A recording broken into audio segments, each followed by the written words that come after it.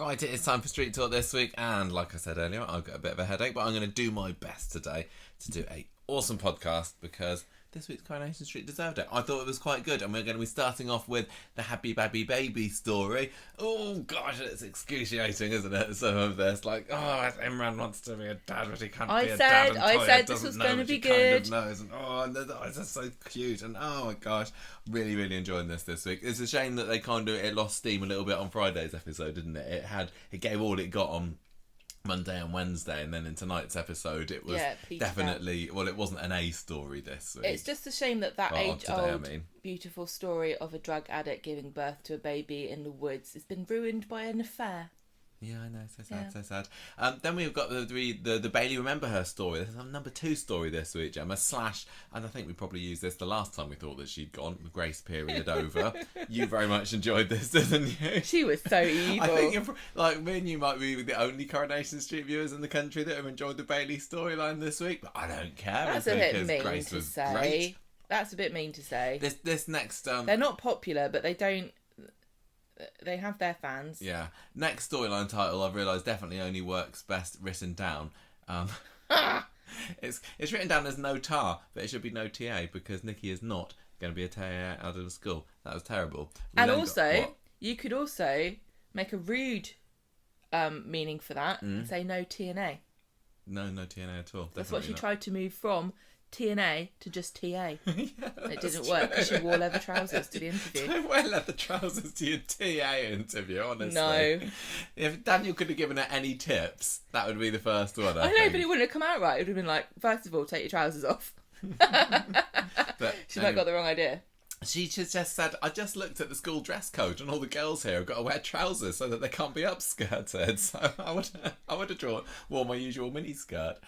We've got the Halo story next. It's the Halo slipping this week, Gemma. Oh, nice one. And then we had a little bit more of the Sick Neelan / Smoke and Maria's story. And we'll end up on the storyline title that Gemma doesn't like me to say, but I'm going to say it anyway. No. Scott on the Rocks. There you go. Scott on the Rocks.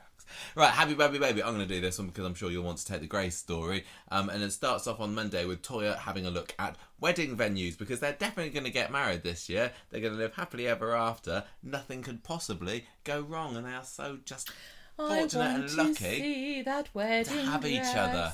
Oh, is Toyah going to get to wear a wedding dress? Can I just this say, year? I want to see that. The way you know whether or not it's likely that you're going to get to see the actual wedding is if you get to see the actress put on her wedding dress before the big day. Is that right? That means you're not going to get to see the wedding because the writers want you to, they want to pimp out whatever bridal companies paid them off. Yeah, you're probably right. I don't know. I can't. I need to see it. So Abby gets another visitation from Chloe, the social worker, makes it sound like and a ghost. She's found out that there's been an application to put Alfie temporarily into care, but Abby is determined to keep this little kiddo. I love how she calls him kiddo. It's so sweet, isn't it? I thought she called him kiddo. Kiddo, yeah. I thought you said kiddo. Oh, kid. That's my Abby impression. Come on, kiddo, we can do it. Kiddo, whatever. Yeah, changing the way the words. Oh, I'm sorry. Do it again. Kiddo. No, kiddo. Oh, so cute. She's determined to keep him, and she's going to say, "I'm going to do it right this time. I'm going to go and look after this baby forever." Anyway, there's going to be a hearing. It's in 2 weeks' time, so she's got a little bit of time to get this case together. But she hasn't even got a lawyer or anything yet. So what are we going to do? She's determined to fight. She's been to a rehab meeting and everything. She says, "I'm going to keep this baby," and she starts to have a little mini monologue about how she'll do whatever it takes to get her son back for good. Toyah later on finds Abby looking for a flat to rent in the cabin window. And as they're chatting, Imran drives past in his flash car, doesn't he? He's like, what the hell? Abby, Fiancé and mistress. Fiancé and semi-mistress. He kind of I know, there's no word for... nothing good can come out of this. These two characters never have scenes together. Something's going on, says Imran. It turns out this week they only have scenes together, I think, don't they? They're busy mates, quite coincidentally. So Toyah goes to see Imran in the lawyer's office later and says, "Look, do you know any good family lawyers? Because I've got a friend who's just had a baby and she needs a lawyer for some sort of custody thing, and he knows immediately who she's talking about." And then he has a silly, terrified sound effect moment, doesn't he? And I hate that sort of thing on Coronation Street. It was the kind of panning slowly into Imran as everything goes all like, I'm a dad, says Imran. Well, he doesn't say it, he thinks it out loud. So yeah, this doesn't stay secret for long, does it? The fact that he's a father, and he's like, oh my gosh, I think I know exactly. I thought this was brilliant. I love this. I hated the moment. I hated the editing and the direction or whatever on this particular bit. But, I know you don't like that. I don't like that sort of thing. Anyway, I'm lost where we are now. So he says, look, I know you're speaking about Abby, and she's like, no, I'm not. I need to go now, sorry. So Imran desperately tries to phone up Abby and says, look, can you call me? There's something I need to talk to you about. It's quite important. So he goes banging around number 13 later. Nobody's answering the door. And he tries to call her again. Abby. Do my pants. I hear that you got a great pant washing service here. He tracks her down to the hospital, puts on one of those blue aprons that's quite the fashion around Weatherfield General at the moment, and says that and she at first tries to make out that she's visiting a mate who's had a baby, and he's like, no, I've heard what Toyah's told me. I know it's you that's had a baby. Is it mine? Am I the father? Advert break. And he's like many characters, and even me at one point, can't believe that she wouldn't know that she was pregnant. And she says, look, I am. I was pregnant. What she said? No, she said, I didn't think I was before because I came on, she says. And but it was, I'm still, I was a mum. It's definitely mine. His name's Alfie and everything. It's definitely mine. See, this is the privilege women have over men. Definitely mine, definitely yours, definitely you definitely ours. know it's our baby when it comes out. And he's like completely knocked for six on this, but he desperately wants to see this kid. So he comes into the unit, sees Alfie for the first time. Abby tells him about the bowel thing, just to, really... When I was giving birth, I did a bit of a poo. No, I wasn't asking you about that, Abby. I was talking about Alfie. Alfie and his funny bowels. And Imran asks the nurse about it and says, I'm just a friend. And then...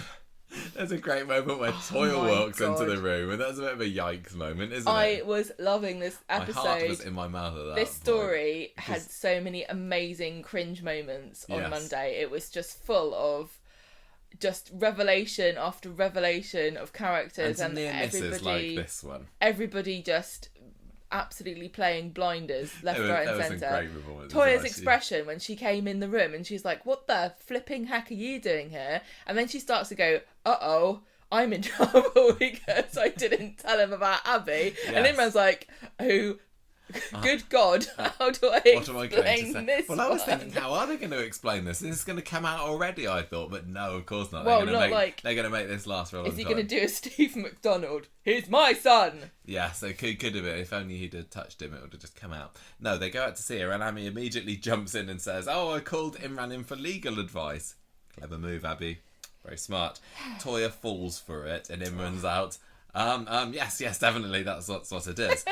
So Toyah apologises for Imran back at home later and says, yeah, sorry I didn't tell you Abby was the person I was talking about this baby, and you're very kind for helping her out.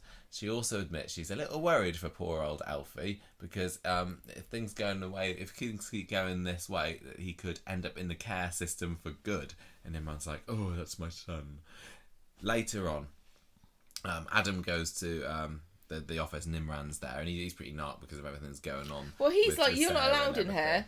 Oh yeah, he is, isn't he? I don't know why Adam's not allowed in there, but I know it's because you're ruining the reputation of our good business. It is his business, though. If Imran has a problem with it, he should start his own business. And then Adam has a little on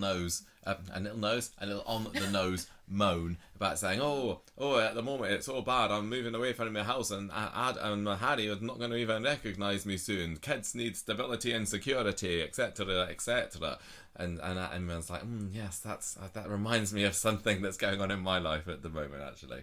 So he goes back to the hospital, finds Abby talking to Alfie about them going on a nice holiday with the twins when he's 18 or whatever, and she's utterly besotted by this little kid, and says, oh, Alfie, you saved my life just by showing up. she suddenly notices Imran, and he says, look, I'm going to help you fight for custody here. And then he goes and speaks to Alfie himself, and he's like, oh, me and your mum, we're going to make sure you come home. and he promises Abby he is going to tell Toyah the truth, but not yet. Maybe not quite yet, no. So Wednesday comes round, and that's all about Abby in the paper, and they were right about saying it was going to be the next day's chip papers, didn't they? Because it wasn't even mentioned in today's episode. Nobody cares anymore. But yeah, Abby's in the paper. The Gazette's managed to get hold of this story of what was the story saying? It was the mother who abandoned the child has been named as Abigail Webster something. Anyway, everybody knows now. No point trying to hide it.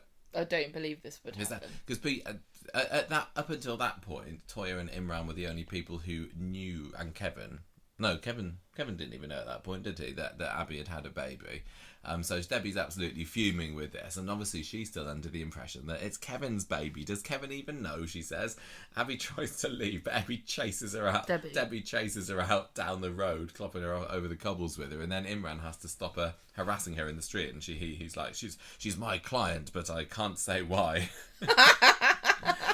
So I thought that Debbie versus Imran was awesome, because she can be a bit of a firecracker, that Debbie, can't she? She's like, what she lacks in stature, yep. She certainly makes up for in feistiness. She's half Imran's size, and she's still like, I'm going to bite your face off, and then I'm going to spit it out and make you eat it.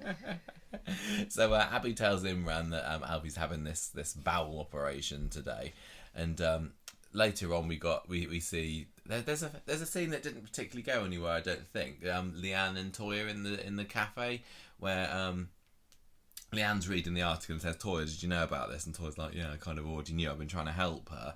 Abby's going to try and keep custody of the baby, but yeah, I don't think anything else goes on with Leanne there, does it? We'll find out when we get there in the notes. I don't know why she was in that scene. It was another example of you can't put Toyah and Leanne in a scene together without them being at each other's throats for some reason. Anyway. Well, you wouldn't know because you're not a lady with a sister. I am not a lady with a sister, that's right. So Imran and Abby are at the hospital later. He's kind of pacing around a little bit. Alfie's still not gone in for his procedure at this point, and he's just saying for us again, oh yeah, I'm going to stand by you, I'm going to stand by the baby. She doesn't really want it coming out that he's the dad, so she kind of sends him on his way. And then we get the moment where Alfie gets wheeled out on his little mini trolley down the corridor. It's like the little trolley that you can get for your kids when you go to Sainsbury's, isn't it? To make them look like they're shopping as well. It wasn't quite the same thing. Not quite the same. It reminded me of like a budgie cage where you throw a blanket over the budgie to make it think that it's night time. We've still not had a proper look at this kid, have we? He's just like a little pink blob in an incubator. Do you think that's it? Looks like a real baby, doesn't it? Because you see it moving, like it's breathing a little bit.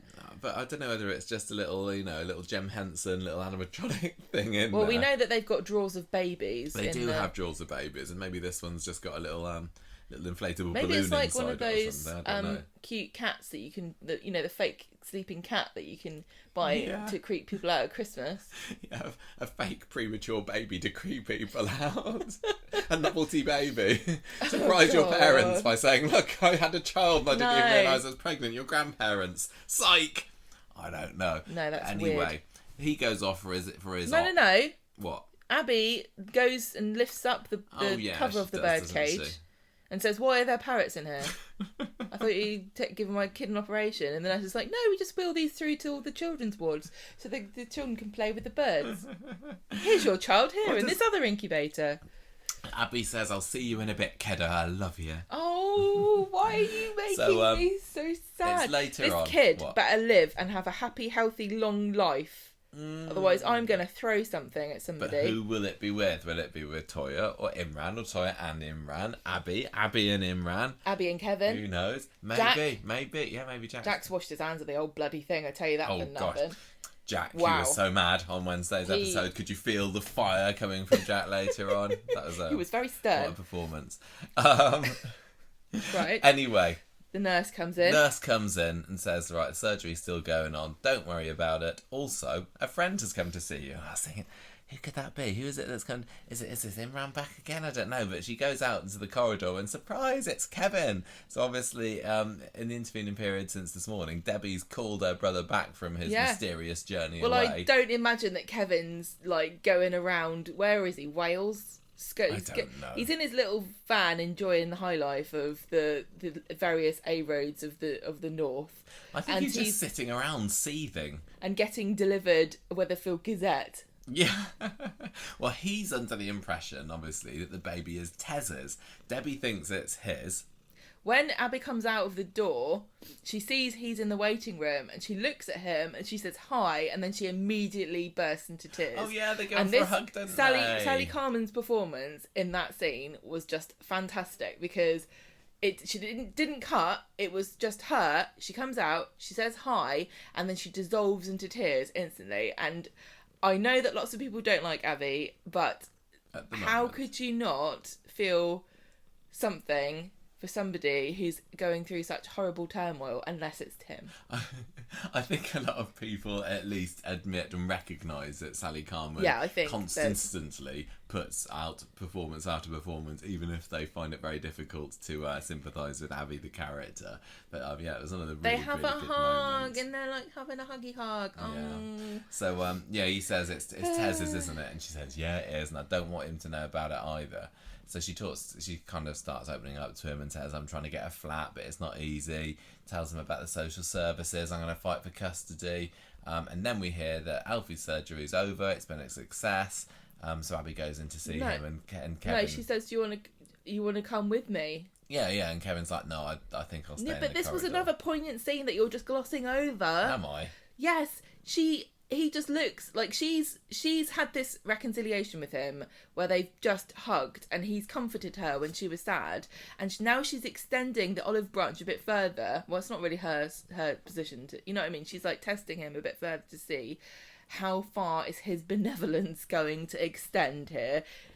Do you want to see the baby? And he looks heartbroken, doesn't he? And a massive shout out to Mike Lavelle, who he's also fantastic. He's really good, and they just give him cranky, angry scenes so much. But when he does things like this, he's heartbreakingly vulnerable. Yeah, and I could definitely feel that. Like my whole life, 6 months ago, not even that, I was married to this beautiful young woman. I thought that my life had almost started again, a new chapter, and now it's over, and she's moved on so much that she's got another kid. So it's just. I don't think that's it, but he just looks like, no, I can't. I'm not coming with you.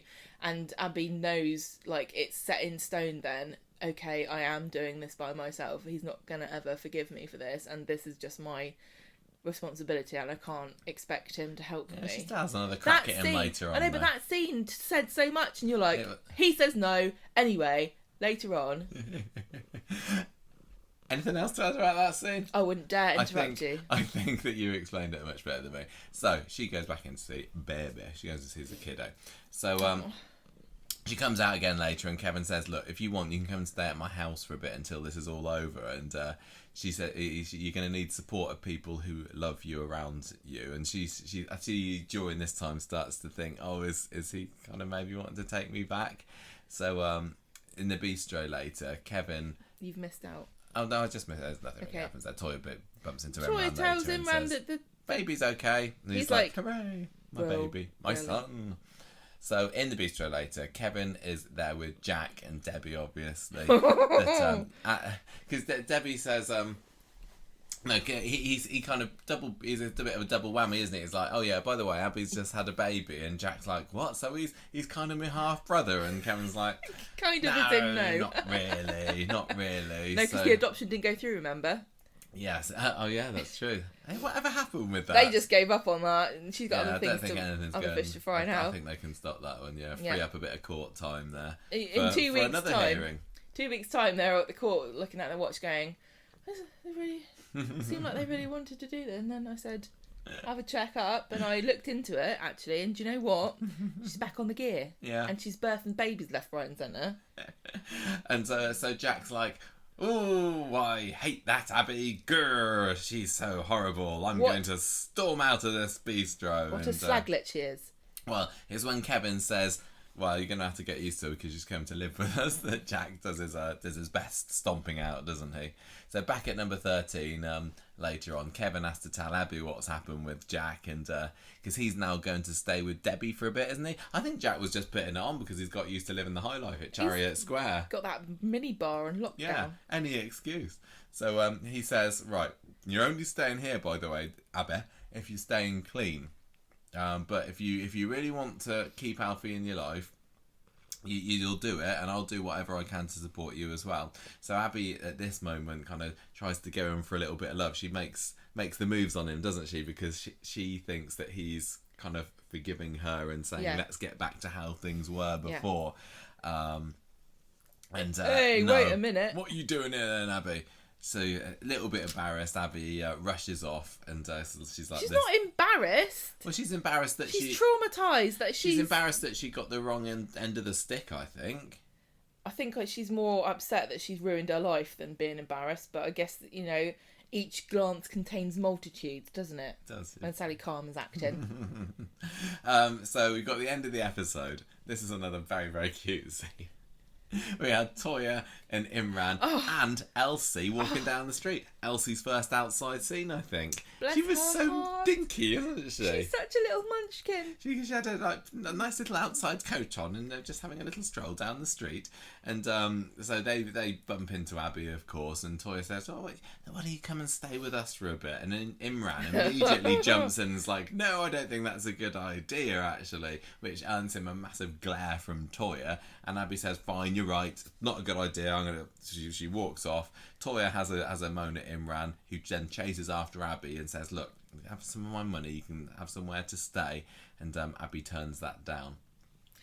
That scene with their little family, it was so adorable. Very I know cute that people were complaining that they were very socially distanced, but I don't know. I loved it because it made them look kind of vulnerable, and it was almost like a visual metaphor for the fact that this story is breaking them apart, and they will never really truly be together. Yeah, I'm sure that's what the director would have said. It was social distancing, I know it was. But they look like a little family of elephants, like when an elephant... I don't think they actually do this. I think this is only in cartoons from the 90s and 80s. But they walk and they hold the tails in the trunks, and they do a little walk down to the water hole. It was so cute because it's also like, where are they going? They're too adorable. They think they've got business somewhere. Look at them. What are they up to? That is very true, actually. Going down to get a milkshake. Late night milkshake from Roy's. Yeah. So Friday then. So Toyah tries to phone up Abby to sort of apologise for what happened last night, but I can't get hold of her. She also says sorry to Imran for suggesting that Abby should come round, and she says, you're right, it's not going to work with Elsie. Probably best not to have somebody quite so volatile living here with our young little tinker. So they're both very worried about what's going to happen to Alfie if Abby goes off the rails again. So Abby and Toyah see each other in the cafe later. She's been flat hunting, and Toyah says, look, never mind that. You need to go to the hospital right now. You need to spend some time with your son. Maybe go to an addicts meeting as well. And then Imran sees Abby in the street and says, you need to be you need to be strong here. We're in this together. Don't forget about that. What are you thinking? What's giving you the giggles? I'm just laughing. Abby's coming back going, well, I went to the wrong bloody place, but I tell you what, if we board this place up, this loft could look right good. And I've got a great idea for how to put windows in. Of course. An attic meeting. Oh, instead of an addict meeting. Yeah. Good point. I went to B&Q. I thought it was weird when I saw the leaflet. So there's a scene at the garage later where Kevin's having another sit in the car, isn't he? He's just kind of he's a bit bereft. He's realising what he's gone wrong. It reminded me of the scene from a few weeks ago when he overheard the Bluetooth conversation with Abby. Tyrone realises that he can't concentrate on his work at the moment. This kind of tries to send him off home. Imran comes over and says, oh, Kevin, did you know Abby stayed in a B&B last night? You need to cough up some maternity pay, mister. I know what she's done to you and everything, but statutory rights say that you owe her.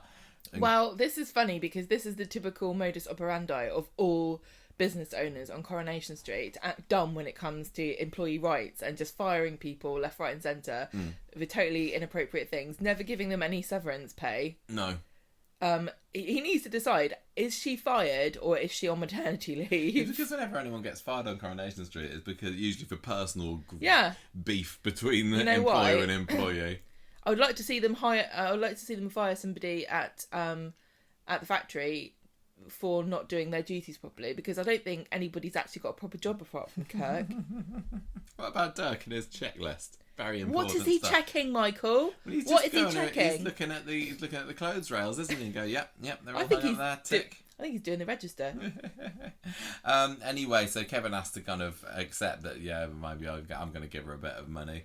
And Tyrone makes a very good point. How is Abby able to afford Imran as a lawyer? And they don't kind of go down that route anymore, but I wonder whether that's going to, be bubbling around in Tyrone's little brain. Well, I think it would be fairly obvious to me that Imran's an insufferable do-gooder, and he always has been. He just does it for free.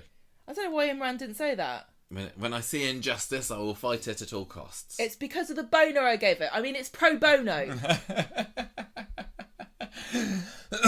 So, we got another hospital scene at the end of the episode. How rude.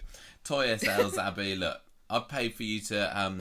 is that what they said? Are they paying for rent for Abby to go and live in the precinct? Well, Toyah's like, I've bought you a flat. And Abby's like, you know you have to pay that money every month. You know that, right? Toyah's like, why doesn't everyone just own their own home? People are so dumb. It's so middle class now.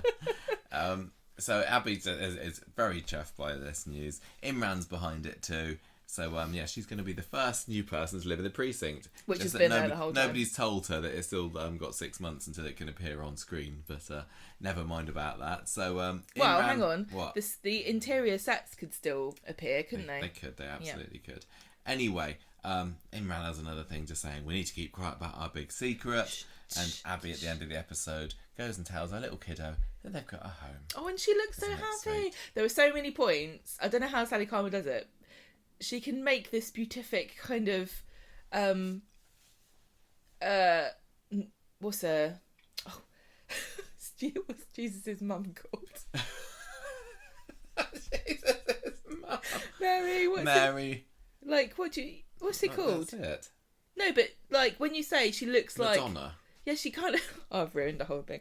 She gives this beatific kind of saintly smile, like the most wholesome kind of motherly love, like beatific saintly countenance of like peace and serenity, and like when she looks at her son, and it's beautiful, but it's tragic because it's like, okay, you can't just live on good feelings, and especially if they're temporary, because as much as I'd like to believe that she could be a good mum to Alfie and, fourth time lucky, I don't know whether I really believe it. I'd really like to, but even after, was it Wednesday's episode, she proved that she's just going to go off the rails again. And if, literally within hours of pledging her unconditional love to her son, she's, going off in a strop and possibly going to score again or whatever. I just don't know. When did that happen? Well, no, she didn't, but it looked like she very easily could have done, when she made a pass at Kevin, and then went off in a strop, and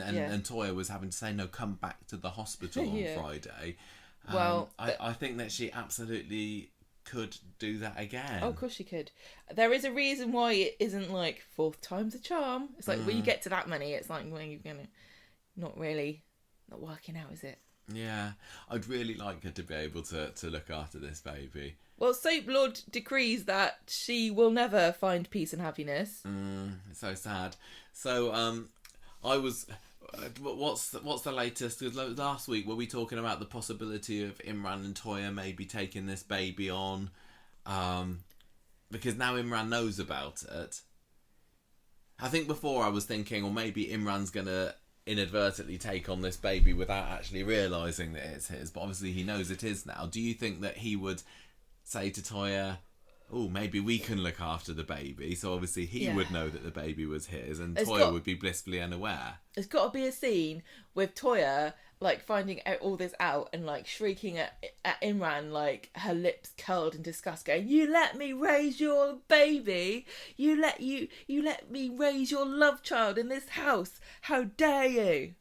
Yeah, but then that would obviously come after the scenes where she makes a comment to someone like, "Oh, Imran's just a natural father to this kid." I don't know what it is. Treats him like he's really his own. Yeah. No more secrets though. I do wonder whether Abby's going to do another runner again, and Imran and Toyah will be left holding the baby. So to speak. It would be too. Should be too irredeemable. Also, I mean, I suppose Imran can't just turn up to the hospital and say, no, don't take it into care, I'm the dad, and they go, oh, so fair enough, thanks sign for claiming this form. Yeah. Have we got the baby form? Can you bring that out, please? Yep, just sign here and here. I mean, there's also the fact that at some point Abby is going to have to register this birth. Is she going to put Imran on the birth certificate? Well, they could have an argument about it, couldn't they? Because it's not, like, for all that people talk about birth certificates and soaps and how much dramatic stuff happens around them, who gives a... Most people, like, when you have a baby, people don't go, oh, where's the certificate then? Whose baby is it? What's the baby's name? I don't believe you. Show me the proof. Because do you think that Imran would want to be named on the birth certificate? It seems to me that he probably would. He'd be stupid and not Abby to, would be like, would no, be I think it's too much hassle. But would she put Tez on the birth certificate even though she knows it's not? I mean, this lie can't keep up forever, can it? Well, maybe it'll last as long as Tez is got left in prison, and then he'll pitch up at the hospital going, "Where's my son? I heard I had a baby." I don't even know how. I'm just trying to think, like, is it possible that Tez could be involved in this story?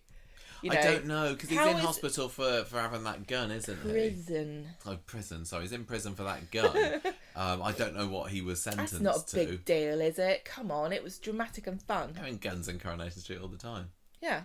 I just think we know that this is going to come out. We know that everyone's going to find out that Imran's the dad. But how is it? It could very well be Tez dramatically turning up, going, she's lying, I'm not paying her child support. I just think that Imran is going to be so besotted with this kid because he's wanted a child for a while now, hasn't he? And we've seen ever since they took in Mason a couple of Christmases ago that he's a real natural with kids. And I think that once he spends more time with them, once the child starts growing up, maybe it's going to have some other kind of medical issue or something. I think he's not going to be able to help himself. Well, I just think he's obviously not really thinking about the situation that he's in here, because he's just so concerned with not ever letting Toyah find out that he and Abby slept with each other. But if he had just admitted it in the first place, it's possible. I know, they'd be a lot further down the road now. Like... Well, he's just given up the chance of ever being able to actually live with his son. And he's just assuming that Abby, is the one that's going to look after him. But actually, I think if I was Imran, I'd say, bloody hell, you're not having my son. Yeah, because he knows what she's like. She's a drug addict. She puts herself in danger all the time. Okay, maybe that's what's going to happen. Maybe she's not thought it through. Maybe she's going to win custody of this of Alfie, then go off the rails again, start drinking and boozing and drugging up, and Imran kind of sweeps up there and rescues Alfie and saying, I can't stand by you and see you neglect our son like this. I just don't think if I was Imran I could sit there and say nothing and let Abby take the child and not fight at all or say anything along the lines of, are you genuinely saying that you are better for the baby than I and me and Toyah would be? But then he, I think he probably deep down knows that he's pushed it too far with Toyah, and there's no way that he and Toyah would ever be able to raise his child together because of the lie. Yeah, I think that's his his main motivation at the moment, is knowing that it was just desperately trying to make sure that Toyah doesn't find out about this. He did say to Abby this week, I will tell Toyah, just not yet. Yeah, but I think that's just a way of putting off and when is going to feel like the right time. Does he love Alfie more than he loves Toyah? I don't know. It's like it's a different thing, isn't it? It's completely different. What would you think of Imran maybe trying to set up a life with Abby? Do you think that he could fall in love with her? That's so stupid. Oh, that's just a theory. And it doesn't mean just because it's stupid, it's not going to happen either. You know what happens in Coronation Street sometimes. It's so heartbreaking that there can't possibly be a happy ending for everybody in this story. I know. A load of characters that I really like. I know. There just cannot be a happy ending. It's like watching them all walking slowly into a wall over and over again. Even the lovely Elsie is going to... She's going to become a victim of this too. Yeah. And I'm sure Toyah's going to throw that in his face as well. There seems to be quite a lot of sympathy for Imran at the moment, doesn't there? He's certainly not being made out to be too much of a wrong un, is he? Despite the fact that he is, as we know, officially a dirty dog. He is, yeah. There's an awful lot of... It feels like, he's being written in a sympathetic light. I think men get judged less for things like this anyway. I don't think so. Not always. It helps that he's good looking. Yeah, it's that he. I'm kind of glad. Not that I mean, I still think that he obviously shouldn't have done that with Abby, but it's the whole thing is ridiculous. I just don't. It's ridiculous, I can't see how they ever got to that stage. Like I said before, lawyer Imran is supposed to be a middle class lawyer, and I know that I'm being a bit naive here, and they are, probably all on drugs and awful people. But there's a certain air of respectability and self-control that has to be involved in being a lawyer. I just can't imagine him getting drunk, going into town with a joggy and shagging her in the toilet. No. Like, where did they do it? This is the logistics of this. Make no sense. But sometimes from silly sparks, great stories can come. The Peter and Tina affair. You spoke recently. That was on one of our Patreon episodes, wasn't it? About how you actually loved the affair story and what that turned into. But the whole Peter getting together with Tina was ridiculous at the start. Yeah. So sometimes it's worth stupid things well, being the catalyst if the storyline's going to be great. It's just really pushing pieces on a board together, isn't it? Yeah. It's, and sometimes they have to push them really hard into each other over and over again. And maybe characters not acting in the way they would. It is a shame, but no, it's a great story. I just wanted to say as well, we mentioned about Mike Lavell's great performances this week, and I was actually I want to give a few props to Kevin for being fairly reasonable in his reaction, because he could very well have just thrown off the handle, couldn't he? But instead he understood Abby, showed that he still loved her, invited her in and everything. I thought that was very good of him. So mature. He's learning. Maybe after all this time he's growing up and realising that just punching someone isn't the only way out of a problem. He's hedging his bets because he's thinking, if she lives in my house, that's where the washing machine is, so yeah, she still has to do my pants. So joke's on her. That was what it is, wasn't it? Abby, come back and live with me. There's some fish fingers in the freezer, by the way. Oh, and the other thing, and I have written a note about this to remind myself. I can't remember what the setup for this punchline was, but it was when Abby... Imran says, how did you know that you were pregnant, or when did you know that you were pregnant, or something, and Abby says when a little hand came out and waved. I thought that was great. The mental image there. I don't want to concentrate on it for too long, but that was a funny little line, and again, delivered very, very well by lovely Sal. Now, this is the sort of thing that makes me wish that how they have Lego movies of things. Yes. I'd love to see the Lego movie version of Abby giving birth to Alfie in the woods. I wonder if that's just made me really desperately want a Lego Coronation Street video game. That would be perfect for it, wouldn't it? Because one of the things about the Lego games is that you can unlock like hundreds of characters all in the Lego style. Oh, I'd love that. I think the audience is incredibly limited, and I can't imagine kids. Lego Coronation. I can't imagine kids in the schoolyard going, "Oh God, I can't. I've got to keep going till I unlock Elsie Tanner." Oh, I've got Ina Sharples already. How do you get that? Oh, there's a special cheat you can do. I'd buy it, and that's the most important. When Jack Walker passes Start out... a Kickstarter, please. When Jack Walker passes out from eating all the potatoes, if you press AAB. Right. Great stuff.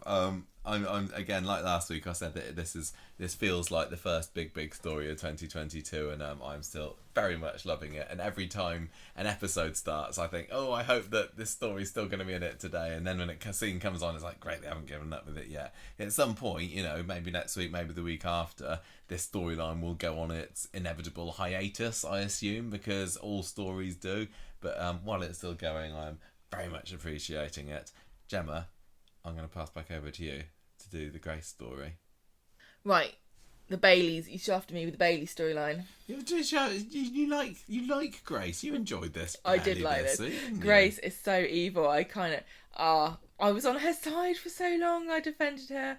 And I said, maybe Aggie is just being unreasonable. But it turns out Aggie was right. Aggie was the Cassandra of Coronation Street, warning everybody of the danger about to come. And nobody believed her until she's trying to steal money and abandoning babies. Yeah. Just like Aggie. And there wasn't even any subtlety to it, well, at least for the beginning of this week, anyway. It was there. Grace was full on, bitchy, evil, blackmailing. Proper like 2D villain, wasn't she? Yeah. Have you made any comments in the notes about all the parenting stuff that was going on? I have not. This episode, this week was just parent central on Coronation Street. You got Abby abandoning the kid. You got Elsie being fostered by Imran and Toyah, and her kind of precarious position in that family, knowing what we know about the truth. When the truth comes out, what will happen? You've got this Grace saying that she doesn't want to be a mum. Absolutely no question about it. Not interested at all. You've got Abby desperately trying to cling on to being a mum. You've got Steve and Tracy trying to parent their child who's transitioning from being a child to being a teen to being an adult, and how to cope with her making her own decisions knowing that they don't approve of them at all. You've got Laura, who has been a terrible mum, but the bond between parent and child is so strong that Kelly, because she's a saint, is still wanting to look after her, and there's just so many parent and child things and the bonds between them, and I just thought it was interesting. Theme. So on Monday, we've got... It's going to be Glory's first birthday Glory's going to be isn't one. she? Yeah, it's been a year ago since Grace was holed up in the Freshco's security guard's room. Remember it well? Yeah. Bailey's are unpacking the party stuff, and Grace turns up completely out of the blue. Hello, you thought I'd gone? She comes in, makes herself comfortable, and Aggie says, "What do you want?" And Grace is just completely brazen. Michael doesn't hear it, obviously, at this point, and says, "I want more money. I'm starting a new business. I need cash. You guys are just as grubby as I am, and if you don't want everybody to know about the fact that you sold your baby, or I bought a baby, or whatever, you give me the money." They bought her baby off of her, basically. Exactly.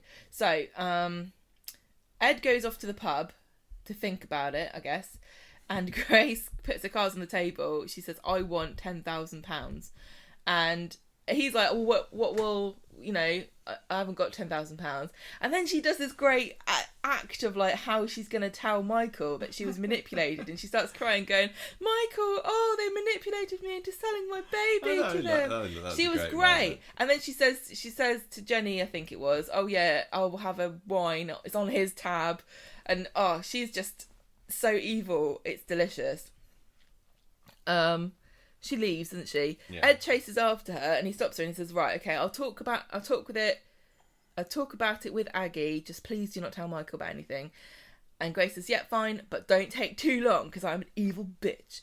So in the bistro, obviously, if I was worried about where I'm going to cough up 10k from, I would go straight to a pub and spend a load of money. Then I'd go to the bistro and spend a load of money there. And then I'd probably go to a shop and buy a load of party stuff for a kid that is barely even conscious. So the kid doesn't know it's its first birthday. Doesn't realise it's alive. Children don't know they're alive. Not until they're at least 10. Well, I'm sure that they're a bit more... Trust me, Joe, I'm an expert. It's my job. It's a joke. Right, in the bistro later, Ed tells Aggie they've got no choice, but where will they find this money? Certainly not buying things in the bistro. On Wednesday, they're talking again, where are we going to get this money from? They decide to ask Ronnie. Aggie's not happy about it, but there's no choice. So Ed and Ronnie... Is Aggie still, a bit cool on Ronnie after the whole...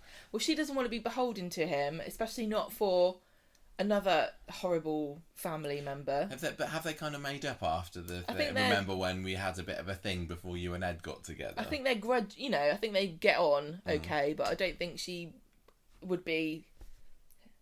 Yeah. He's not the first person in line that she wants to owe 10k to. No. So, Ed meets Ronnie in the cafe and he says, I need to borrow £10,000. And Ronnie's like, you're gambling again. But Ed just admits it's for Grace and says, he tells them everything, which I thought was weird. But anyway, it's nice and succinct. Well, the more people you tell, the less the secret is. Ed, you idiot. And it's not even worth 10k then, is it? Every person you tell, knock £1,000 off. Ronnie apologises and says, I really can't help you. It's a stupid idea. I've got the money and everything, but I'm not giving it to you. Well, yeah, he says that because Grace she won't stop. Well, it's obvious to anybody with a brain. But she's not even been gone for 6 months. And she's asking for more money again. You're just going to be a tap that she keeps turning on and off. So he says, no, I'm not going to. If you give in to her, you're going to regret it. And Ed's like, oh, thanks for nothing. So at work later, he's looking at the racing pages, isn't he? Like, he's going to magic money. Yeah, he's going to magic a stake of it out of nowhere and win lots of cash. Yeah. Ronnie comes and says, all right, look, I'll give you the money if you want. And Ed says, actually, no, I've taken some money out of the business and I've got a bank loan. I've scratched it all up. I've got no choice. I'll give her what she wants. Then Aggie comes and sees that he's looking at these racing pages and she nags at him and says, you're never going to win £10,000, you lunatic. And he says, no, I didn't do it, bet. Even if I was tempted. So if anyone thought that was going to be a storyline, it's not. Have we ever actually seen Ed do any gambling? Or is it just I thought something he just they talk stared at a about? laptop. Yeah, maybe.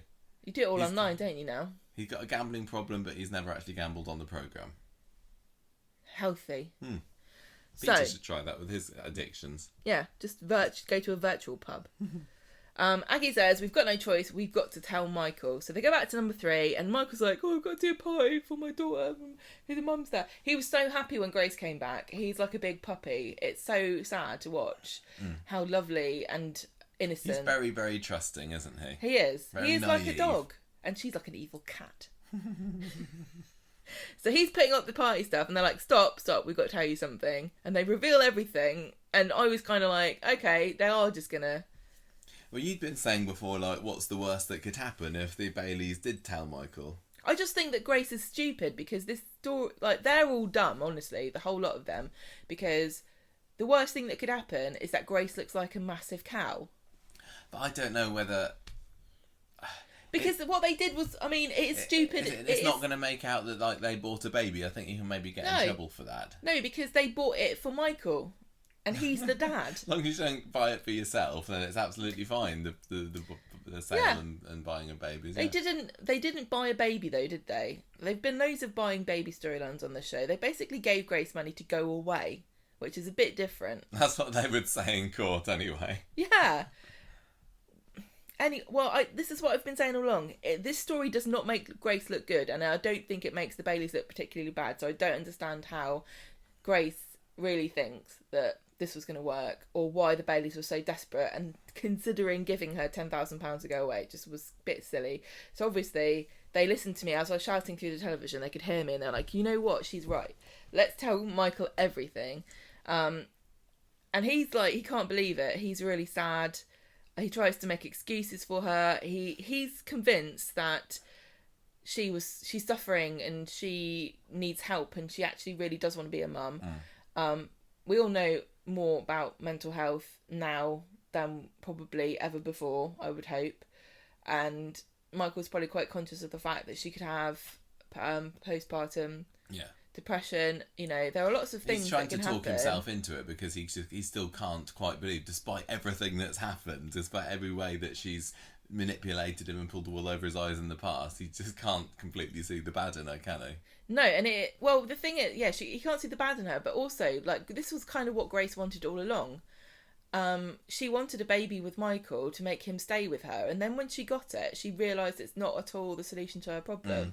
And if you're Michael, I don't suppose you really can conceive that is true, because it probably didn't occur to Grace until she realised that she really had no bond with her baby. And who's to say, you know, whether she is suffering from that, and maybe she would bond with her child in time. But I've definitely heard just easy to say that she's evil. I've definitely heard horrible stories about mums who just can't really bond with their kids, and it's sad, because what do you do? Well, she speaks, I can't remember whether it was later on in the episode when she's talking to Michael about it, and she says, I just look at this baby and I can't love it, or it's can't sad, love her the way that I should. And it is really, really sad. It's horrible, because what the hell do you do? And in a way, Grace is incredibly lucky, because if I could pick anybody on the street, honestly, to be the dad of my kid that I didn't want to be around, it would be Michael, because he's bloody lovely. I know.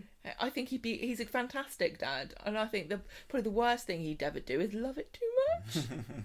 So anyway, Michael summons Grace to the cafe, and he says that, is it true? Is all this stuff true? And she doesn't try to hide it. She comes clean, and he says, you should have asked for help if you needed it. And she says, all right, let's talk. Yeah, maybe I wasn't happy about the fact that you didn't love me. And it really is the case that I don't love Glory the way a mother should. She deserves to be loved. You've got the love that she needs, and your family. I just needed this money to make a life for myself. Sorry that I'm not the person you wanted me to be. And then she says, just look after our little girl, and she leaves. Yeah. Again. Yeah. No sooner had she arrived back on the street, she's swanned off again. I don't know why they decided that this story needed this little... Sometimes conclusion. They put little coders on the end of things, don't they? I think nobody would have minded if they didn't. I think it's neat. I like the idea that Michael, because Michael's been going on about Grace coming back and stuff, and I know it was just to prepare for this story. And the fact that the Baileys did semi-buy the baby, that could have come back at any moment. That was, I guess, the bit of hanging over them. It would have been a secret that they were keeping forever, and now it's not. So it's just kind of put a neat bow on it and said, there you go, it's done now. But just to defend them... Put the Baileys back in their cupboard, put Michael back in his pit, put Glory back in her glory hole, and then they don't have to come onto the programme again for another 6 months. Glory is the child. Yes. I was going to say something. Just to point out that it wasn't Aggie and Ed's idea that they paid Grace off. No. You keep saying they bought a baby. So. I don't think it was. So I don't think that they can be blamed. It sounds like the sort of thing that Grace would have come up with, to be honest. Can you see the difference, though? Yeah, I can. But I just don't know what a judge would say. There's a big difference. I don't know that they're that bothered, because the baby... What are you taking them to court for, Michael? What are you taking him to court for? The mum is there going, I don't want this baby. The dad is there going, oh, it's my baby, I'll have it then. And the judge is like, sorry, what? So what's the problem? You gave her money and she spent it on shoes or something. What's the problem? All right, I guess they're not. It's not illegal to give people money to go away. If I could give people money to leave me alone, I'd bloody do it. Well, get me my checkbook. They're all going to bounce, but I'll get rid of you for a few days. How much would you give? How much would you take to leave me alone? Anyway, so she leaves. That's the end of that. So Michael goes back home, tells mum and dad what has happened, and he's completely gutted. It's partly because I don't think that Michael's such a nice person that he can't understand this concept of like not being able to love your child. Yeah. Because when it comes naturally to him, and he can't understand why it doesn't to Grace. But this honestly is like the nightmare situation for any woman who's had a baby. You know, it's not an easy thing to carry a child, and then you birth it, and then you look into its eyes and you're like, huh? Yeah, I definitely did feel sorry for Grace. It's difficult because at the beginning of the week she was definitely being portrayed. So she was just completely 100% evil. And with this scene with Michael in the cafe, I was watching thinking, so is she being genuine here? Is she just pretending? Are we going to turn around and see her do a little evil smile? But it seemed like what she was saying about wanting to love Glory but not being able to, and then like you said, the last thing she says was look after my kid. I completely believed that, and it's like, oh, okay, so she's been redeemed slightly then. Any ill will or anything. Yeah, no. She's not a horrible person. She just genuinely has no feeling for this baby, and it's horrible. She can be quite manipulative and a bit blackmailing. Well, I'm sure everybody else hates her, but I still have houses and all that. I still have a. What do you mean? What's from last house? We've all done things. We've all bought babies and then returned them. On Friday, Michael is struggling with Glorie's breakfast, and he's so sad that Grace is gone, and he's like, she's a mucky eater, that Glory, isn't she? She had it all over her face, that brown muck. I don't understand what he was saying, like, here you go, eat this slop. I'm sorry it's not delicious, but everything in your life will be sad now your mum's gone. And then Aggie says, do you want me to put some anchovies in or something for her? Aggie says Glorie's going to be loved whatever happens, and it's so true. Glorie's lucky to have so much family around her, and I was thinking this today when I was watching them all get ready and have the barbecue and everything, thinking how lucky is Glory. Yeah, she doesn't have a mum with her, but look at poor Alfie. He can't even get out of a tank. And also the Baileys are one of the only properly nice and kind of they've got the mum, the dad, the children, the nuclear family, exactly, one of the only ones in the street, and that have got the blood relations going all the way through it. So if anyone's going to stay together and look after this kid, then they are.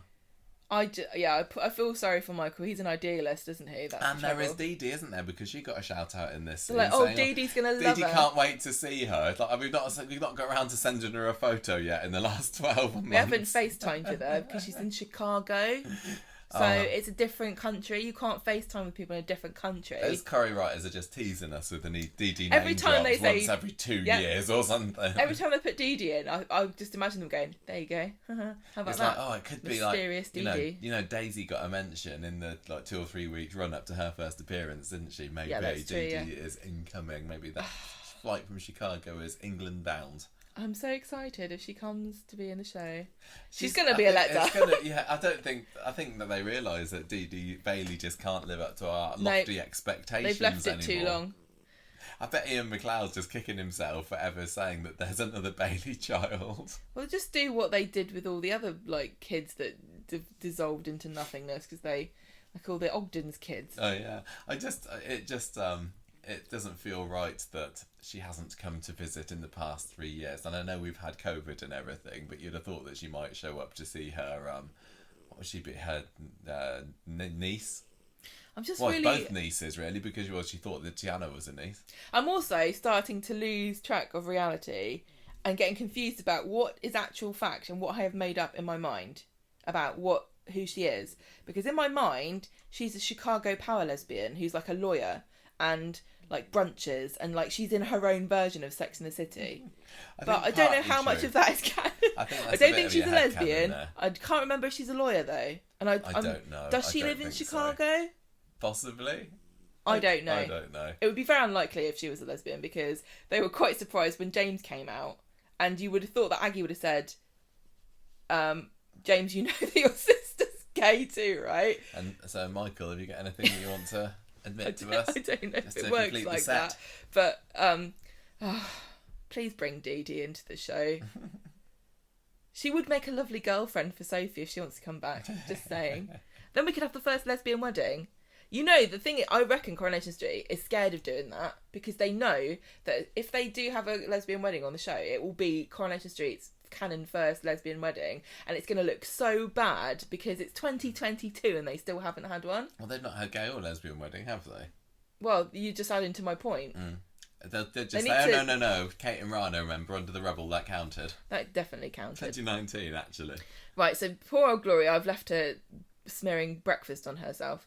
I'll pick up here to say that later on we have James and Aggie scene where he is reassuring her that everything's going to be all right, and they decide to redo the party, don't they? They decide to throw it again as a surprise for Michael, and I just thought this was so lovely. It's really nice just to see happy family scenes. Yeah, I enjoyed it. It was it really was not high stakes in the slightest compared to some of the other stories going on. But I and they're so lucky too that they live in a big family unit and they all love each other. Yeah, it was nice. It was lovely. I think Michael needs to count his blessings. So they put all the party stuff up. Michael comes home. He's chuffed. They're having a barbecue in March in the north of England. So they're brave. Dodging the rain. And it's all gone well. Yeah.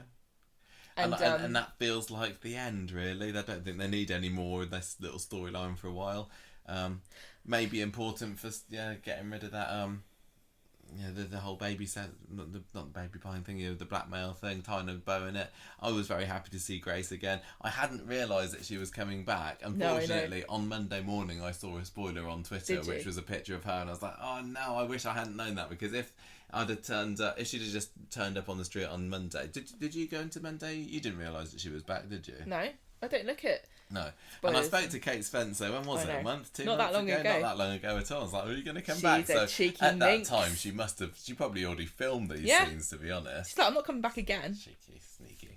But I love this. Maybe this is the thing, right? End of Grace. I don't think we're going to see her again now. I do love how they're so tight-lipped and they will never tell us anything. That's how you know that we don't get fed information. Yeah. Nobody tells us anything. Did not know this, no. Because I was wondering whether Michael was being so trusting and honest, and then she was going to take advantage of that. But it seemed that she was redeemed, just about. What, Grace? Well, just in that she wasn't a completely evil cow at the end. She wasn't like, I don't care what happens to Gloria, I want my cash and I'm going. Because Michael would have done anything for that kid, and so she could have tried to tap him for money. Yeah. From his website or whatever, but she didn't, so she's not all bad. She only wanted Michael. She didn't really want that baby. She thought she could trap him. Yeah. But then she realised that it was too much bloody hard work. Oh, poor Glory.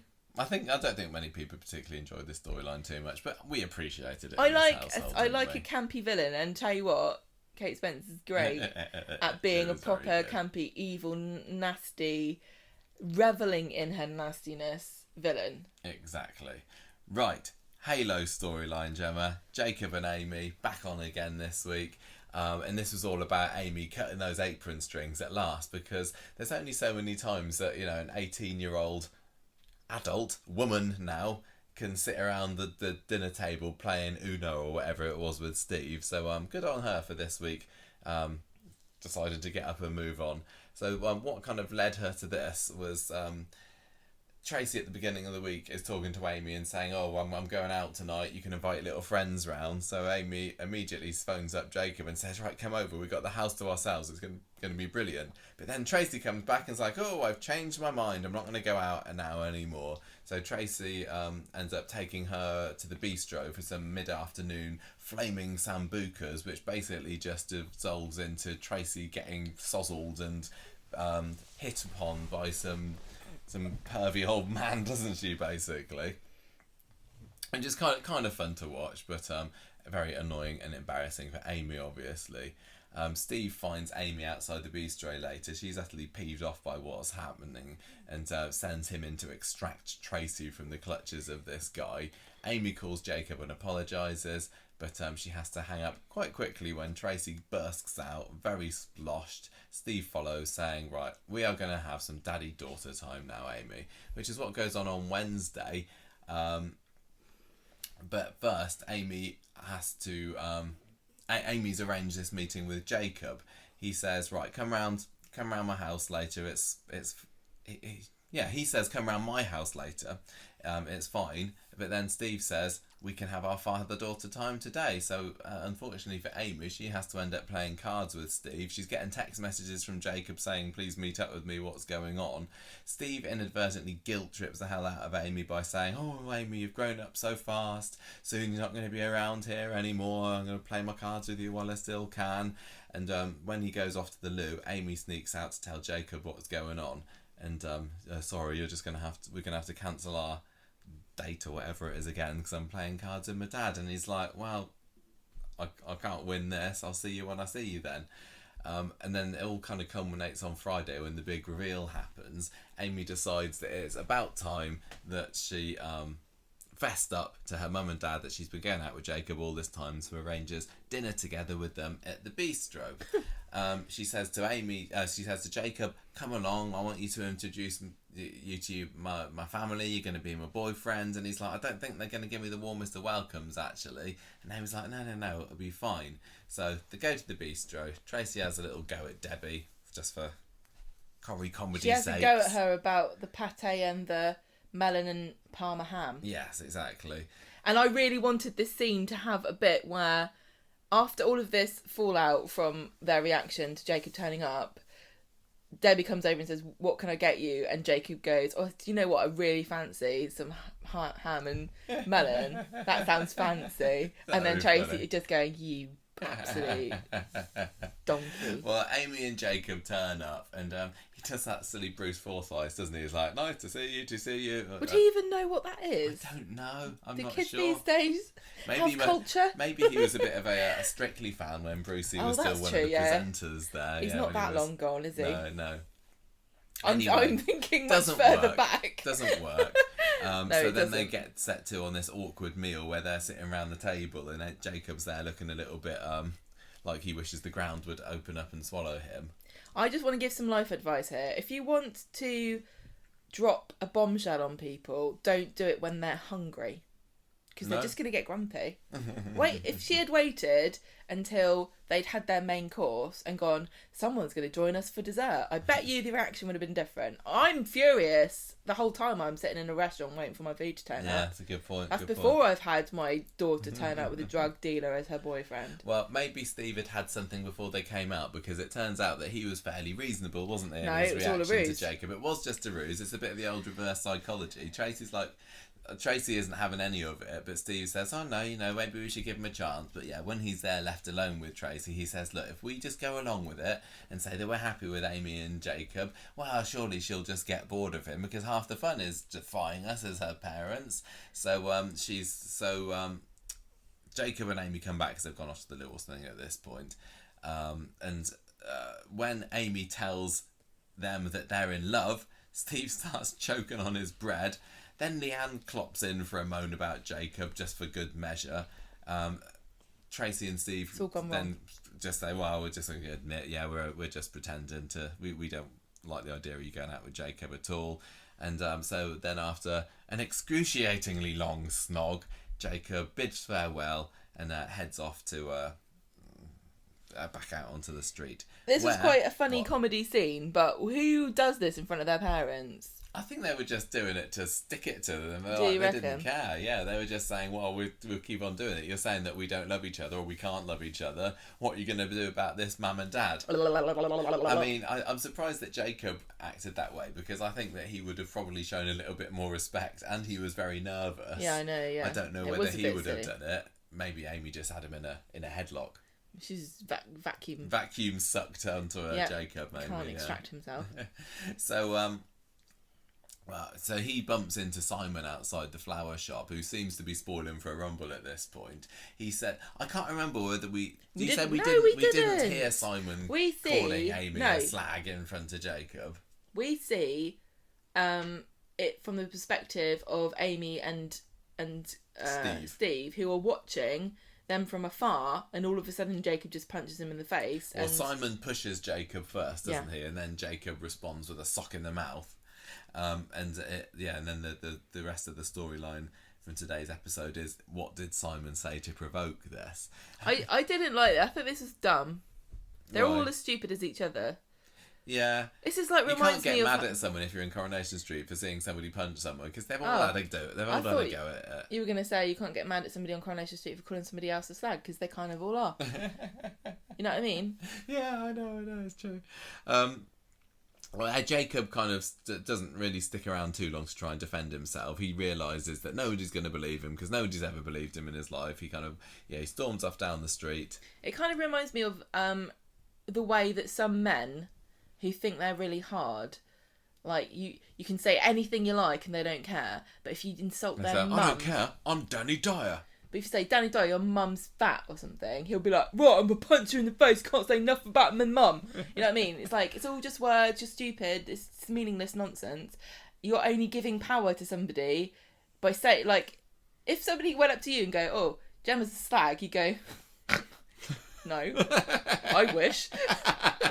You know what I mean? It's like, I wouldn't expect you to get mad. I'd be disappointed. So you don't expect me to punch somebody in the face if they I'll be the one. Honour. I'll be the one to punch people. I think this is anti-feminist. I think that Amy should have punched Simon in the face, And I think that if Jacob was a true gentleman, he would have invited her to do it on his behalf. I'm glad that Amy made the very good point that only a few weeks ago Steve was punching Jacob I know, in the face. it's all just nonsense. There's nobody in this show that has the moral high ground over anybody for A, calling somebody a name, or B, punching them in the face. Exactly, it's just par for the course around those parts. If you're going to be mad at anything, if I was Steve or Tracy, the thing I'd be mad at Jacob about is that he's got all the stigma of being a drug dealer with none of the income.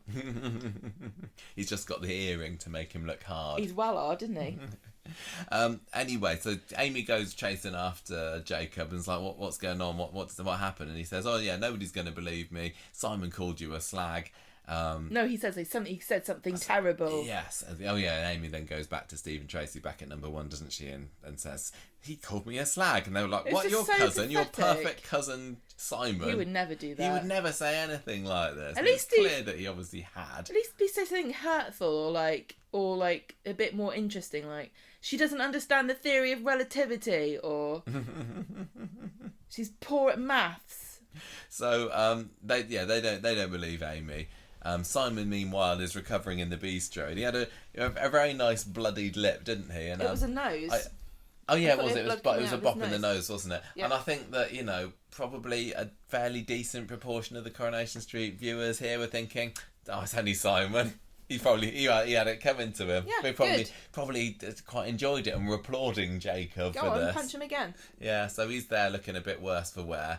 Amy strides in and has a go at him, saying, how dare you call me this? Oh, no, she didn't. Sorry, no, she didn't say that, did she? It's the way that everybody No, she acts. says... It's just the whole way through. Everybody's just acting like it's the worst thing that you can call anybody. And it's absolutely awful.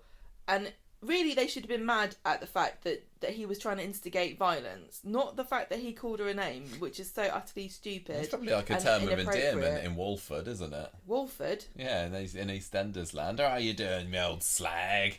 I'm alright, slag. Give me a pint, slag. Stop saying that. We're going to get explicit on the... Oh yeah, sorry, we don't want that.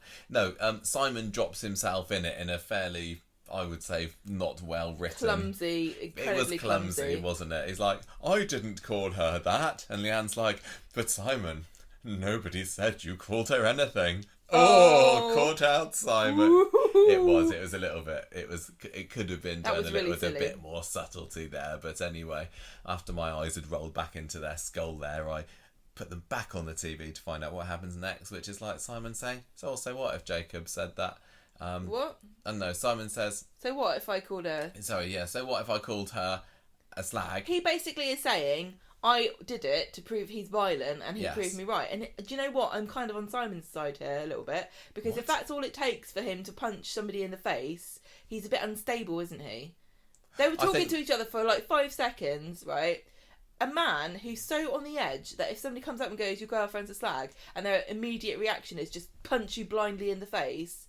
He's not put together right, is he? I just think it's fairly standard for Coronation Street, but I'm just really, really glad that you're not expecting me to do this if anybody I don't expect you to do anything. I don't expect, like, if there's a serial killer, you're going to run away. expectations of me. Yeah, I am quite... How many times quite have I said to you, there's a noise in the house, and you've gone, let me know what it is? That's not true. That is true. Probably just a cat. Anyway, where am I? So Simon says, yeah, I just wanted to prove that he's a wrong un. He's punch first, ask questions later. Then Steve comes in and doesn't back up his daughter. Steve says, look, we need to go to, what was it, a university day or halls of residence thing? I can't remember. They had some uni appointment to go to, and Amy's like, nope. So Steve immediately wades in by saying, well, you need to choose between our family and Jacob. And so Amy... chooses Jacob. Tracy gets back home later. Amy's left a message on the table that Steve somehow managed to not see. He's obviously doing a Tim. He obviously can't read. And this whole time we haven't noticed. And Amy has moved in with Mr. Hay. Tracy phones her up at the end of the episode and she's like, well, my mind's made up. Jacob today was the only person that defended me. You didn't. My dad didn't. Nobody believed me that he even said anything. I'm living with the person who clearly loves me the most at the moment. So and then at the end of the episode, Steve says to Steve that's cold by Tracy, sorry, this is all your fault. And I like the fact kind of is. Tracy just kind of comforts herself with saying, look, Steve, it's your fault. Like, that's good enough for her, even though she's lost her daughter to a drug dealer. At the end of the day, as long as it's Steve's fault, she can live with it. Yeah, and it was. I thought this was interesting how she brings up Robert, who she went off to live with in a squalid flat for 6 years or something. But actually, there was a much more obvious comparison to make, because when Tracy was maybe a few years younger than Amy, she went and lived with it was Craig, wasn't it, who was somebody that was very unsavoury. I don't think that Robert particularly was. We've seen young Robert, haven't we, and he seemed like not too bad. He seemed like a fairly decent carpet fitter. But yeah, Tracy back in the day lived. She did go off to a seedy bedsit. She did. She moved away to a seedy bed. Excuse me, I think you've got to take that out. I'll bleep that one. How rude of me. That's what you call them when they're really, really bad. Oh my gosh. And then I haven't got a pen. Don't worry about it. We'll remember. And Deirdre basically has to come round there and sit about, well, Tracy's living her own life with this dodgy bloke. But anyway, they didn't mention that. And I think fair play to Amy. It is time that the apron strings were cut. She's going to be going off to university soon anyway. And Steve is a massive child and a bit of a useless father in many respects. He's just proven it today, I think. Yeah, they were very childish when Jacob was trying to... It's difficult, isn't it? Because I kind of forgot what Jacob did. Yeah, so have I. But he wasn't he was naughty. Made fun of Leanne after Ollie died. Yeah. So I don't blame Leanne for having a go at him. But yeah. I think just because Simon is so innately unlikable that anybody that gets into a fight is only going to go up in our estimations. Yeah, they get a medal from me. Jacob's a great character. Jack James Ryan is fab actor, very sympathetic, and yes, maybe it's a little unbelievable that this hardened drug dealer, although he was just groomed by evil man. Harvey. He was. I mean, the fact that he's really said, I'm just a sweet innocent, I've got feelings too, sort of guy. Yeah. I don't know whether I necessarily believe that, but I don't mind because I enjoy him, and I think that he and Amy are a really, really great couple. I'm loving them. And this movie they were talking about, the Welcome or something, is that a real film? I don't know, but I tell you what is a real film: Midsummer, which is the last film that Jacob enjoyed watching, the last horror film. What did he say? Well, they both enjoyed it, but Steve said he loves it so much he watched it 8 times. Did he? Yes. I love Midsummer. We've seen it like 3 times, have we? Have we told? We must have told the story of going to see Midsummer at the cinema, where we thought we were going to see Toy Story 3. No, we wanted to go see Toy Story 3. Yeah. But I actually didn't want to see Toy Story 3, and when we got there, it was sold out or something. No, it wasn't actually showing. Oh. We went to the cinema and said, can we have tickets for Toy Story 3? And like, no, we don't do that, but you can go and see Midsummer. No. No? They went, you don't have tickets, we're not showing that now. And I said, okay. And then I said, should we go and see Midsummer instead? And then you guys just agreed because you didn't know what the film was. And the person selling the tickets must have been like, this is the weirdest turnaround I've ever seen. I don't know if it's for you, if you wanted to see Toy Story. Are you prepared for this? Yeah. And Sarah certainly, we went to go see it with my friend Sarah, and she did not know what was coming. But we'd already seen Hereditary, so I was prepared for some incredibly screwed up. That was it. Honestly, seeing Midsummer, I love that film, but that is the weirdest, most freaky cinema experience I've ever seen. And like, we were sitting there watching, going, "What the hell is this film?" I am a bit of a philistine when it comes to films. I can't say that I've seen very many highbrow, artsy films that make you think. And I'm not saying that Midsummer is that either, but it wasn't, a traditional Hollywood. What? You haven't seen Mother, have you? No, I haven't seen Mother. Okay, right. If you think your mind was blown in a cinema by watching the trippy experience of Midsummer, because it was trippy, I'm going to challenge you, and I want to watch it with you and Charlie, because I don't think... Oh, did Charlie see that? Which Charlie hasn't seen Midsummer. Our friend Charlie. Oh, yeah. Not Coronation Street Charlie. I want to watch Mother, because that is worse. Okay. This Midsummer, it's one of those films that gives you nightmares a little bit. Well, the joke I think Don't is blame that us. What? the joke I think is that Steve doesn't know what Midsommar is, and he hasn't seen it. Oh, okay, I missed that. I was just thinking, it's a reference to the film that I really liked recently. And you just started thinking about watching that film again. I did, yeah. Anyway, good film.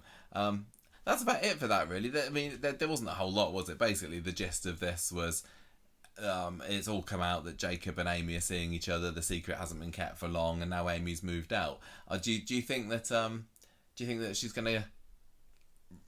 Is he going to be getting up into to dodgy dealings, and she's going to get herself caught up in it? Is she going to have homesickness? I think this is just a story about teenage rebellion and mirroring what Tracy did. Yeah. Anyway, it's a case of a touch of her own medicine for Tracy, isn't it? In the same way that David is kind of seeing Max become everything that he was, and he's realising how difficult it must have been for Gail. Tracy's also finding that out from Amy, except Amy's got her head screwed on properly, and I think that she'd probably do better living away from home than than she would be being at number one. Yes. Independent young lady. Good stuff. That's I'm enjoying another, those characters. that's another parent story, isn't it? What I also I also liked Amy's green outfit that she was wearing today. I thought it was very striking and suitable for St. Patrick's Week. Yeah, St. Patrick's Week. Yeah. Took a long time just to like get rid of them Valentine's snakes. Week. Right, go on. What else we got? What?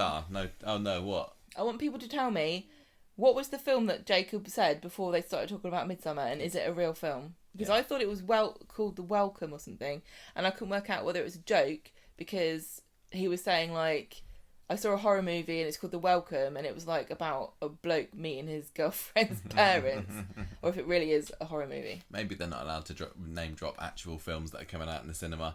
Just off to go and see Sonic 2, everybody. I can't wait to see The Batman. Oh God, The Batman. Well, it was good. Oh, you didn't like it, did you? It was okay. It was alright. I hate criminals. It's just too bloody long. I have to become a criminal. I want to go and see Sonic 2.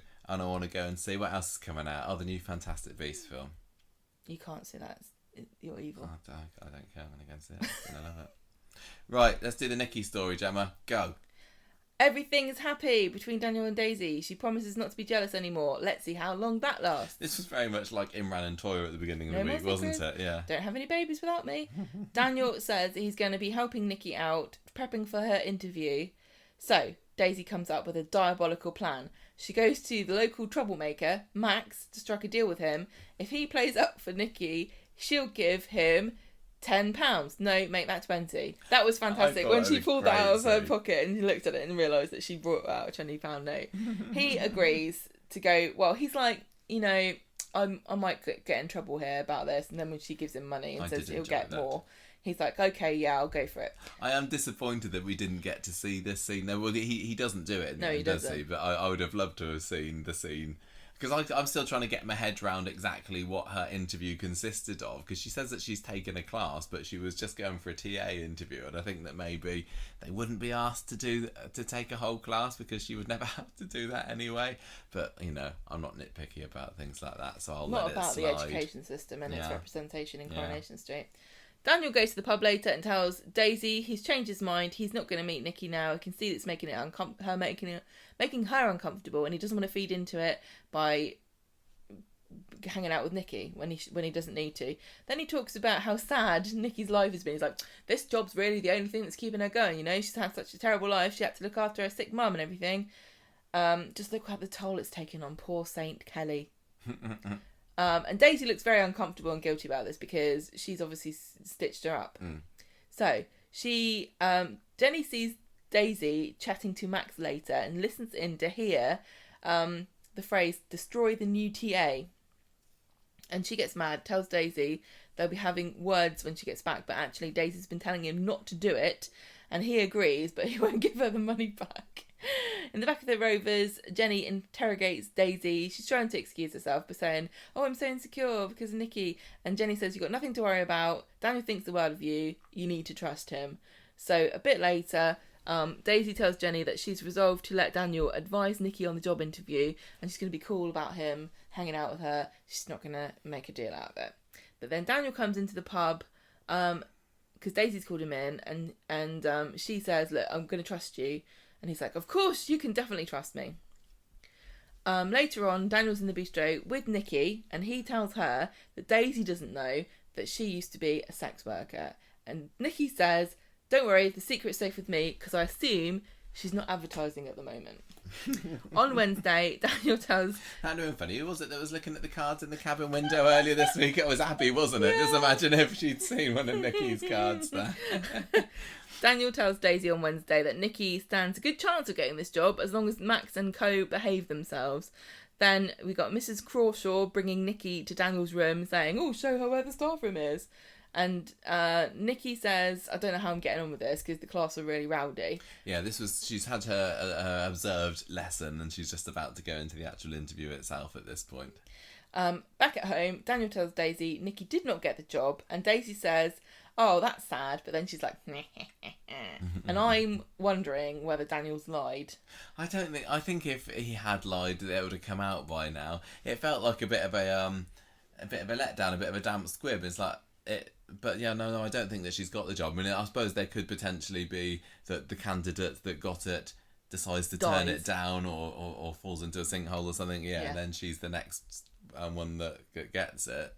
But I don't know. I don't know whether... I think like with Grace's return, it feels fairly temporary and it's just there to show how characters react and show their insecurities and things. And this is what this story is about, really. It's not really a Nicky story, is it? It's a Daniel and Daisy story, and about how Daisy, despite having a lot of front and seeming very confident, is actually very insecure. Yeah. Well, that's what all the Instagram stuff is about, isn't it? Yeah, absolutely. About like seeking validation from other people and. Yeah, I mean, so I was wondering, like, should Daniel tell Daisy about Nicky's past? But I don't think that would help. Well, it's another secret, isn't it? But I don't think I'd be very impressed by my boyfriend going, "I've got to confess to you that actually I wasn't dating Nicky so much as paying her to wear my dead wife's cardigan." Yeah, I guess so. I wonder what she's going to do now, because is she going to give up on her dream of being a TA? It's like, well, if I can't be a TA at Daniel's school, then I don't want to do it at all. You don't need qualifications then? No. You just turn up and go, "I want to be a TA now," and they go... Yeah, you just put on your best leather trousers, turn up at the school, take a class for see if there's an any hour. jobs going. Yeah, basically. I do enjoy that. I thought it was quite good. Helping me to continue my newfound love of Daisy. Daisy was great this week. There were some really fun moments. When at the end of the episode she grinned into her wine glass. See, I just love manipulative evil characters, and I don't... She's not evil though, is she? She's amoral then. Yeah, she's definitely amoral, but she's had so many more layers applied to her character in the past 12 months. She's pretty unrecognisable from the Daisy that I was constantly criticising this time last year. But when it comes to characters, antagonists are by far more interesting. Yeah, definitely. The other Daisy reaction that I loved this week was in the Adam story, when he tells the woman at the bar that his wife has died, and Daisy just the gasp that she gives was brilliant. She's just outraged, isn't she? Really enjoy watching she's her now. I've had fantastic. Such a turnaround on this character. I think she's great, and she's like quite campy, isn't she? Yes, I love it. I think she's brilliant, and it's making me like Daniel more as well. I mean, I started off really enjoying Daniel when they brought him back in 6-7 years ago maybe. Then I kind of went off him a little bit. I think he went up himself a little bit, and he got little Lothario. Yeah, exactly, getting a bit too serious, and my wife's dying and everything, and he just wasn't fun anymore, and being a bit creepy with Bethany as well, wasn't he? But I think they're a really fun couple, those two now, and I kind of hope they're going to stay together. And again, going back 6 months, I was thinking, why on earth are they putting Daniel and Daisy together? What on earth do they have in common? She's clearly just being a gold digger. She doesn't care for him at all. Why can't he see this? But now I think they're a really fun match now, aren't they? Right, Neelan stuff then. We're racing through this. So the first half of the week was all about Laura being a bit poorly. Not much goes on really. Well, she's obviously hiding the extent up to which she's in pain, isn't she? Yes. She waits for Kelly to go to school so she can collapse in pain. Yeah, basically, and invite Dr Gaddas round for a house call. The newly massively haired She's got a volume on that scalp of hers. I want somebody to take pictures of Dr Gaddas through the years so we can see all the amazing hairstyles that she's had. Fantastic. We didn't need her, but we appreciated her. No, this was confirmation to anybody that was saying that Laura was faking it. Yeah, I mean, I think we already had that confirmation before with Kelly seeing, or, you know, getting text messages from the pharmacy saying, "Come and get your mum's prescription." But yeah, this is without a shadow of the doubt, Laura Nealon is Lydia. on her way out. Don't start. I'm not going to get them confused. And also it showed that Gary is just a nice guy, isn't he? I still think that there is no way that Gary can be redeemed for everything he's done in all this time, just by being a bit nice to Laura. But there was a reminder at the end of the episode when she says to him, "Oh, you're either the nicest guy on the planet or a serial killer." Gary's like, why not both? Yeah, exactly. He's not a serial killer, He's not quite though. a serial killer yet, unless he's got another one. How many? Stashed He's only under the killed one patio. person. Well, no, he killed Rick. He's killed Rana. He didn't kill Rana. He's She was just in the way of the responsible. roof that he was trying to collapse. Well, you know, people might say the same about Phelan, that he's not necessarily. He didn't directly kill some of his victims, but it's all that get out of jail free so anyway, card. I thought that was quite fun. I did like that too, and I want if this is like the beginning of the end of Gary, because they didn't throw that line in for no reason. I really would like him if he's going to have to be punished. I want him to go out as a proper serial killer. Gotta get a few more notches Yeah, on his. maybe his he's gonna come into Laura's bedroom and be like, "Laura, how do you feel?" "Oh, I'm in so much pain, Gary." Put me out my misery. No, he'll go, "Okay, shush, shush, shush, shush." Pillow over the face. Just breathe into the pillow, Laura. Breathe in. You'll see Rick soon enough. Well, he's managed to. Has he managed to put her off getting a PI now? Well, she's just saying she's sick, and he's like, "That's inconvenient for your plans, isn't it?" He's trying to tell her, look, you don't want to be wasting all your time trying to find, chase this guy down. Well, that's only step one of her stupid plan. The other plan is to find money, and the other part of the plan is to get the money off him. It's a very convoluted and ambitious idea.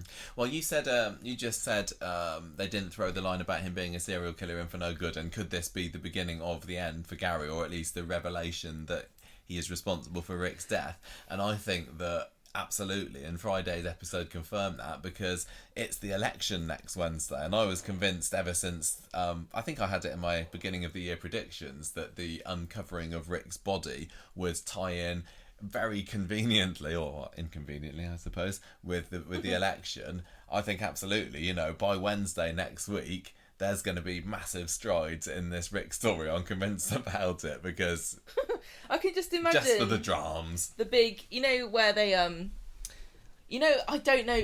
Look, I'm ashamed at how little I know about what actually happens during the vote counting and stuff, but we've all seen the videos in this country of the MPs all standing on the stage while they read out who got how many votes and who's the winner, and everyone goes rah, rah, rah, rah, rah. Yeah, I can just imagine Maria, and they're like, and Maria, is it still Sullivan? Sutherland, you mean? Yeah. No, Connor. She's Connor. Maria Connor. No, she's not. She's. Hang on a minute. She is. This is bad. She has married Gary. Is she Gary? Oh yeah, is she Gary, Maria Windass? I think she is, isn't she? Maria Windass. No.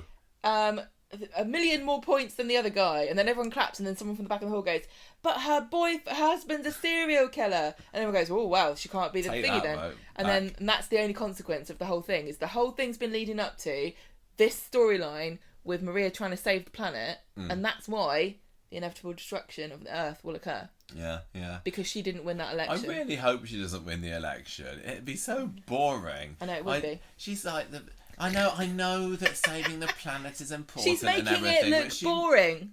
This is not what we need. We don't need people making it look boring. We already don't like recycling as it is. No, she's just done. What's she doing today? Sitting around in wet Victoria Gardens. She had a twig that she's going to plant. Yeah. So I can't remember what she was talking on about, but then this Bernard chap turns up, who's her rival in the election, and starts saying, "Well, how about you? You want to save the planet? Well, I want to reclaim the streets and have children playing basketball in the parks and everything." So and here's some footballers I've brought. Yeah, he's enlisted James as a support, And James is like, is there. Like, oh, I'm really sorry. I can only say football though. I can't say basketball. Like, shut up and smile for the cameras, James. Nobody asked you here for your brain. So it looks like this Bernard is ready to wipe the floor with her, which gets Maria a bit down in the dumps at the end of the episode. But fortunately for her, Phil comes along, and I don't know what rock he's been hiding under for the last 3 months, but Phil's back. Desperately trying to sell a house. You know what that's like. Oh, yes, yeah, we did see that for sale sign outside number 9 today, didn't we? Oh, no, that's not his house. That's Viz's house, sorry, and they're all going to move in together. Yeah. Correct. I want that story to come back. That's been very, very quiet recently. No, first of all, we're going to have Phil saving the day for Maria's election campaign. Phil, yeah, he phones up Maria at the end of the episode and says, I need to meet you tomorrow. I don't know what this could be. What the bloody hell is this going to be? I don't know. I don't really care, because I don't want anything that makes Maria win this election. But the fact that this Bernard seems like he's been purposely made to be the antithesis of all things good and green and environmentally friendly, surely Coronation Street can't have him actually win, which means it's kind of going to have to be Maria. But we don't care about this Bernard guy. No. So what the hell do we care whether she beats him or not? Well, we just want Maria to win because she's so good, and I don't care. And Phil as well. I mean, bless him. But I want Phil to win the election. But what's he going to... The thing is, what's he going to do? He's going to come and go, get this great scandal about Bernard, and everyone's going to be like, I don't know, who's Bernard again? Oh, that guy that I saw once last week. Oh, yeah, do tell me the juicy details about his life. I don't have any conceptions about what his life is. If you told me he had a string of mistresses, it wouldn't have an effect on me because I don't know who he is. Maybe it's like Bernard told me the other day that he's stashing a dead body for a mate inside his garage. Let's reveal that right now. I said I'd keep it a secret. But I can't anymore because he won't let you plant that twig. And then Gary's like, oh no, that's my dead body. Oops. You've inadvertently made things worse for Maria now. I think Coronation Street needs to start being a bit more topical. And we need to have something like that's been in the news recently. So what they should do is say that Bernard is actually a Russian secret agent who's been placed in Weatherfield Council to undermine England's response to the climate crisis. And then he's going to get... discovered this. Phil's discovered it, and then next week they're going to drag him out into Victoria Gardens and execute him. Okay. And use his body to compost up the... twig. Well, let's come back this time next week and see if you're right with that. And see, I'm just spitballing some ideas. Not too late to change it, Corrie. If you listen to this and realise that next week's episodes aren't quite so... not as good as that, are they? Not going to be as good as that.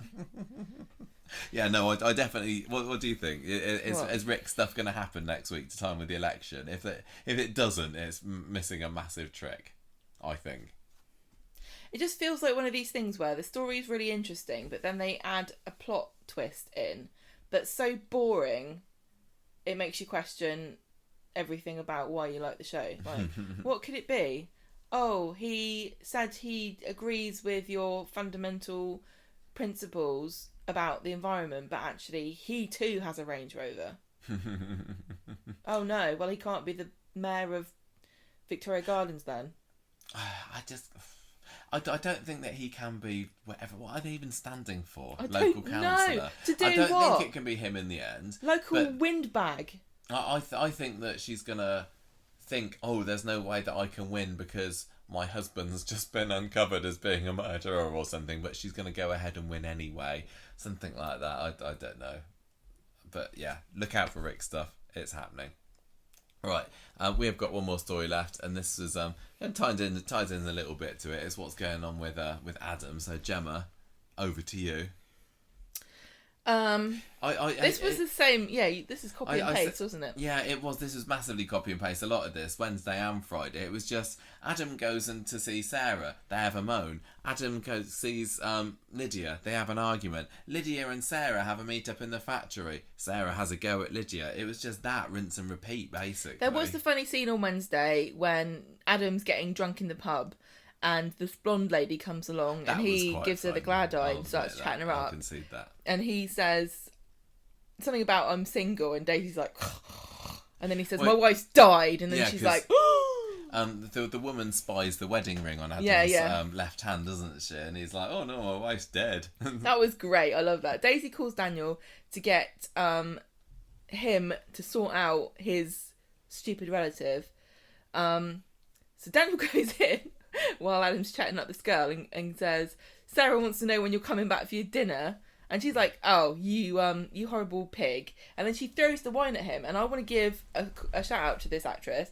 She got the best wine throw I've ever seen on this show. It was had a good, she managed to do something with her wrist where she kind of like swirled it in the glass before she chucked it. And it was like a tsunami in his face of wine. And then she storms off and Adam's left there a bit miserable. I don't know where I am now. I've got so excited about that. He storms off, goes to drink. Everyone hates each other. Blah blah blah. Friday. He's going to go off to town to drink some more. Doesn't he wakes up on Daniel's sofa. He's got a hangover. He got back at 3:00 in the morning. Daisy's not impressed. Daniel's not impressed. He makes him go to talk to Sarah in the factory. She's not impressed. Lydia shows up. She's not impressed. Everyone's mad at Adam. They go out on the street. They have a massive argument. Adam threatens Lydia and says she's going to get what's coming to her. Everybody's really upset because Lydia's acting was so convincing and actually Adam's the one that looks a bit unhinged. Daniel tells Adam in the flat later, calm down. It looks like Lydia's starting to look sad. Maybe she'll come clean. Yeah, and she's letting her down her guard a little bit. This could be our chance to swoop in there and unmask her. Kick her in the nads. Adam tells Daniel that he can't lose Sarah, and then Daniel says, I'll talk to her. Meanwhile, in the factory, Carla's saying to Sarah that she doesn't. Dull, wasn't it? I know. This story was getting interesting a few weeks ago, and literally all this week was, I'm going to talk to this person and try and get them to take you back. Well, she's talking to that person over there, and this person, Carla, she believes Sarah. I also want to say another thing as well. This is not giving anybody the chance to do anything interesting. No. None of these. I mean, the actors are all doing a really good job, but nobody, there's nothing interesting here about any of this. Really not. So, Carla tells Sarah, I believe you. I don't think Adam's threatening. Why is Lydia so insistent? I think you should listen to him. I don't believe Lydia. So, Carla's somehow the wise one who's seen through Lydia's lies, which is good for Carla fans, but I don't know whether she actually has Carla's any more insight. Reasoning for this was interesting as well. It didn't make sense to me because she's saying, oh, well, this is all kind of hinging on the fact that Lydia says that Adam physically threatened her and wrecked her flat. And have you ever been physically threatened by Adam? And Sarah's like, no.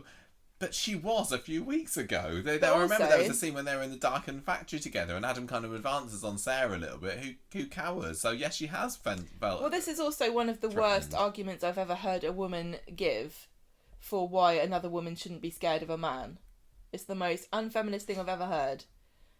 Why? Oh, you shouldn't be scared of him because I'm not scared of him. Okay, yeah, well, you can only beat one woman at a time, surely. Unless he picks me up and uses me as a weapon to hit you. What are you talking about, you dozy idiot?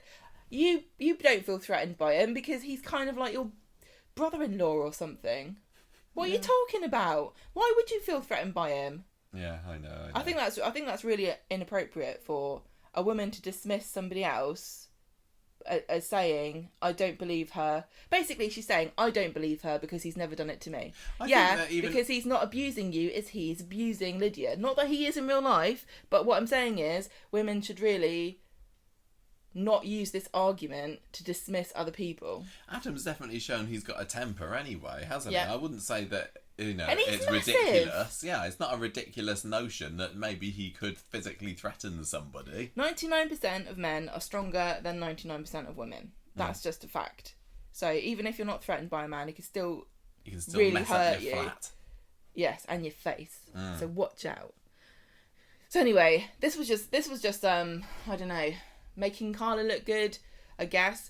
Making Sarah think twice. Well, it makes Sarah think, I'm going to go and speak to Lydia. I'm going to go around her flat and have it out with her again. Thank goodness we didn't have that scene. Adam sees Sarah in the street and tells her Daniel's theory.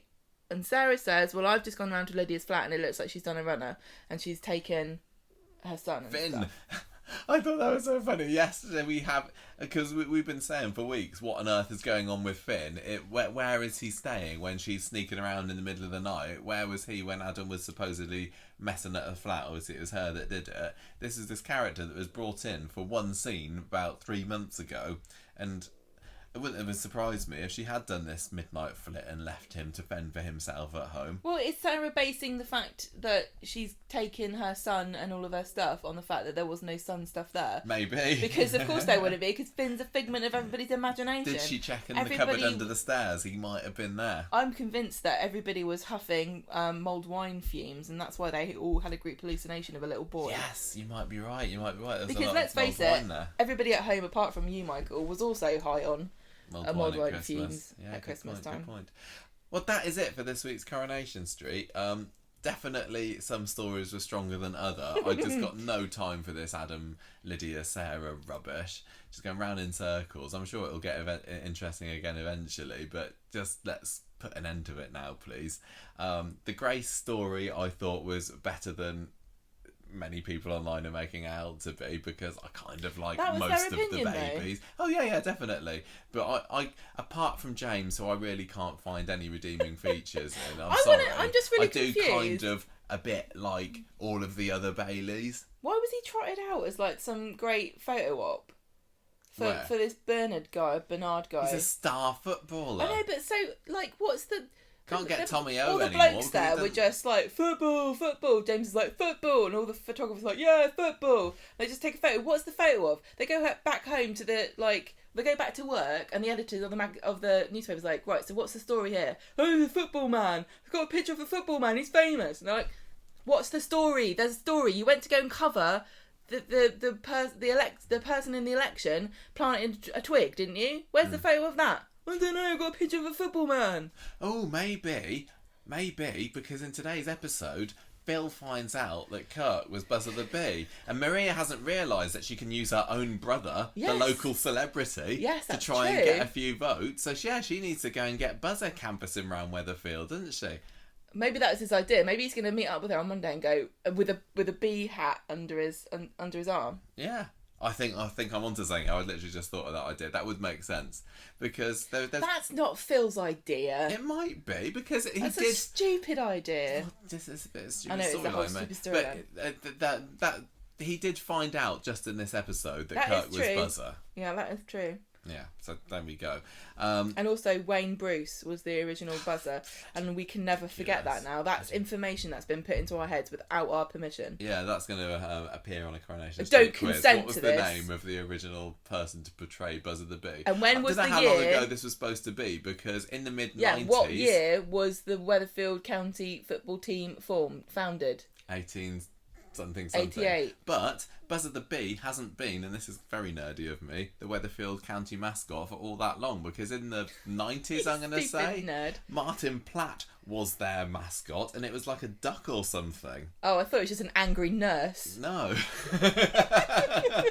Martin the angry nurse. Just let him out, and he just runs up and down the pitch going, oh my God, I can't believe it. They're just walking in. Where's the stupid man? Oh, the referee's blind. So Buzzer the Bee has not been Weatherfield County mascot for any more than 20 years, I'm going to say. Well, who's to say how old this Wayne Bruce guy is? Very true, very true. So I enjoyed the Halo stuff, although it was a bit fluffy, wasn't it?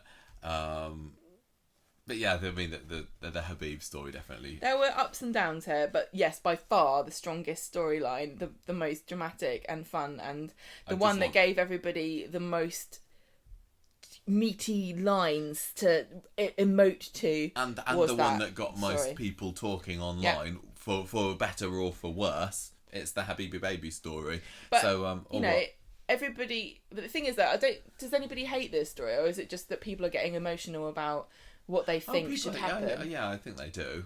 I've seen people saying, I'm fed up of this. I've even seen somebody online saying, is this the Abby show? So I think Abby is the new feeling, because that's what people used to say, isn't it? We always hitch our wagons to the ones that take over the show and everyone hates. I know. But and we're not making it. It's because we're just giddy fans, aren't we? Yeah, we totally are. I don't know whether to give Abby my character of the week again, because she got it last week, but I kind of think we should. It can't be Imran, as much as I really love watching Imran this week. Yeah. He is a massive lying dirty dog, despite it all. But she's an evil really drug addict. enjoyed watching him this week and seeing him seeing his son for the first time and vowing to fight. So good. Maybe he should be character of the week because he's sticking with his son despite you know, the problems that it could cause for his relationship with Toyah.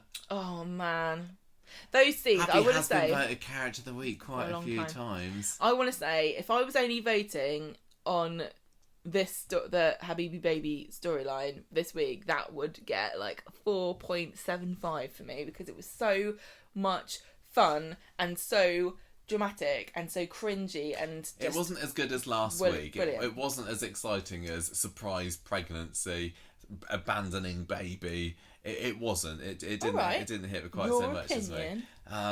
Do I? Now I'm considering maybe whether I do give Imran character of the week. Oh, everyone was so good. But what about The Kevin? stunt. Kevin needs a shout out here too. Yeah, but he's not getting character of the week. Oh, is sorry. he? What about Jack? No. He was really angry. No. Toyah. I can see where people are coming from when they're getting a little bit like Toyah's being a bit too much of a do-gooder. Weirdly inconsistent as well, because she keeps going to Abby's face like, yeah, vote for your son, vote for your son, and then she goes and talks to someone else going, oh, she's a bit dodgy, isn't she? I don't know if she should really have custody of her kid. She's kind of just buzzing around a little bit, isn't she? She's basically mopping up all the lines that she's kind of connecting the dots for the... She's just saving her energy for when the reveal eventually comes, and I am living for this. I really, really I can't cope with it. I don't want to stop watching it. Anyway, so who's my character of the week? It's not Grace. It's not Amy or Jacob, although I enjoyed all of those. I'm going to give it to Imran this week, because I gave it to Abby last week, and I want to share the love. He that bit where he's working out his dates, like, oh. He was very, very naughty, but he is standing by his son and offering some free legal advice, and I think he's great. I think he's really, really great. So there we go. My character of the week is Imran, and I am giving this 3.5 bits of melon and a slice of ham out of 5. You wouldn't eat that. No, I'm not a melon fan. What about you? I'm gonna give it to Abby. Fair play. She was just like Jesus' mum. What's her name again? I know her name was Mary, but I'm like, Mother Mary? What's her name? Well, you're not confusing her with Mary Magdalene, are you? No, I'm not. She's so beautiful, like Mary Magdalene. Right. So giving it to Abby, and then I'm going to give the score is going to be 3.5. I'm going to give it 3.5 social piranhas, which is fantastic. just funny.